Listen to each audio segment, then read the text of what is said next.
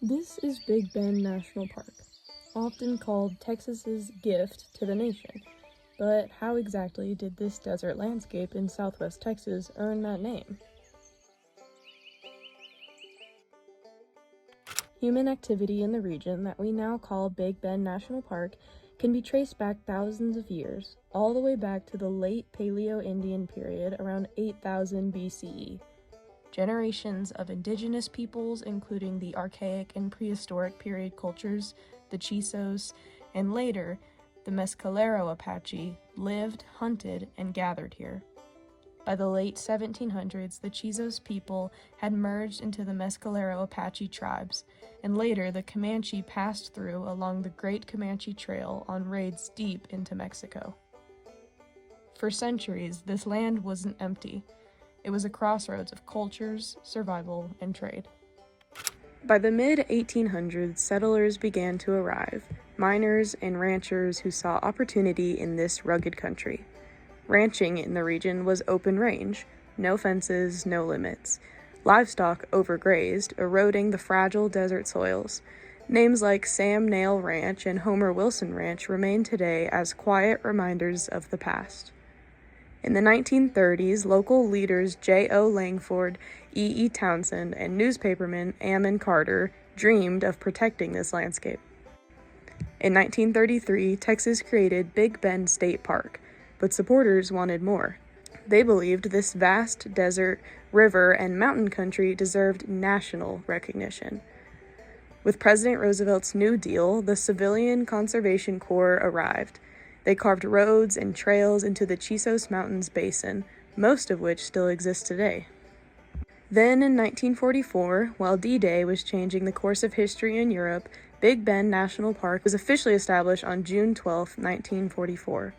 As the National Park Service writes, to set something aside for future generations with the fate of the present generation still uncertain was an act of optimism in an uncertain world.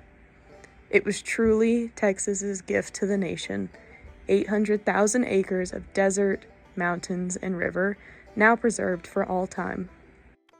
Today, Big Bend is classified as an IUCN Category 2 protected area, managed by the National Park Service and governed federally. It protects 3,177 square kilometers of land and inland waters, and it's home to more species of birds, bugs, and cacti than any other national park in the United States. But this landscape, as wild and resilient as it looks, faces mounting challenges. Big Bend's biggest threats include water scarcity, invasive species like salt cedar, climate change, and the pressures of border infrastructure along the U.S.-Mexico line. For this video, I want to focus on one in particular, water quantity. In a place that's defined by a river, it's ironic that water is the park's most fragile resource. Water at Big Bend comes from springs, river flows, groundwater, and what visitors use every day. But drought, aging infrastructure, and climate change are pushing the system to its limits. The Chisos Basin, where most visitors stay, depends on a spring-fed pipeline from Oak Spring. That pipeline, built decades ago, is near the end of its life.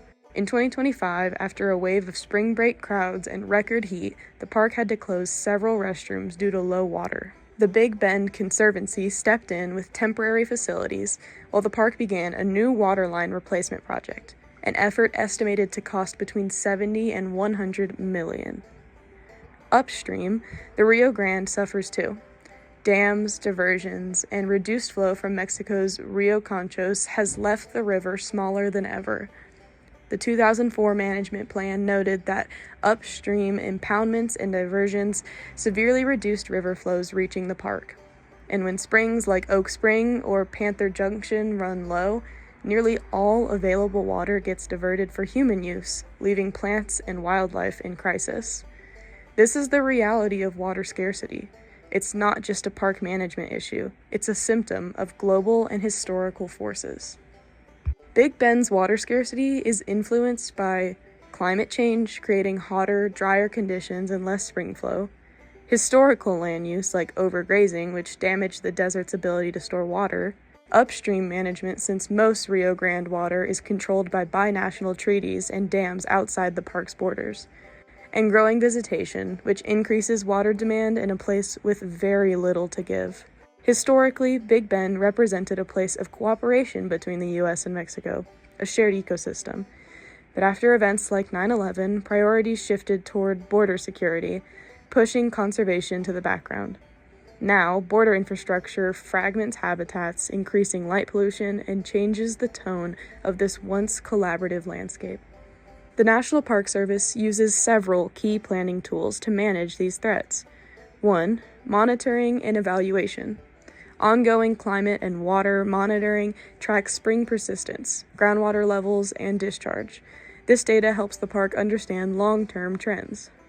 2. Sustainable use limits.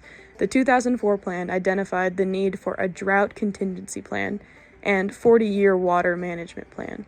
While detailed thresholds are hard to find, these ideas recognize the need to balance visitor use and ecological limits.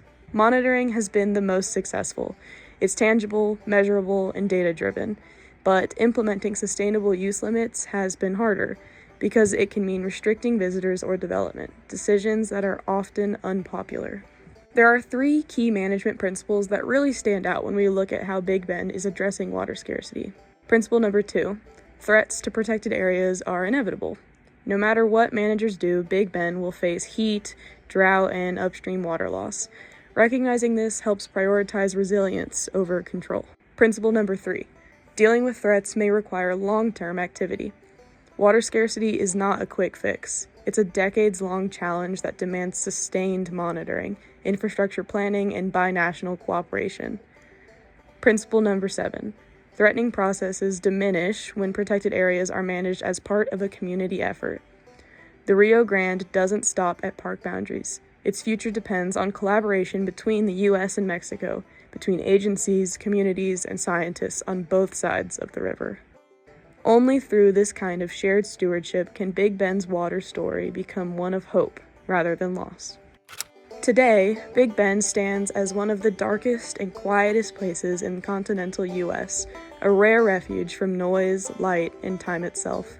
It's a park born from optimism in uncertain times, and that optimism still matters. Because protecting a place like Big Bend isn't just about saving land. It's about choosing to believe, even in the driest desert, that renewal is still possible.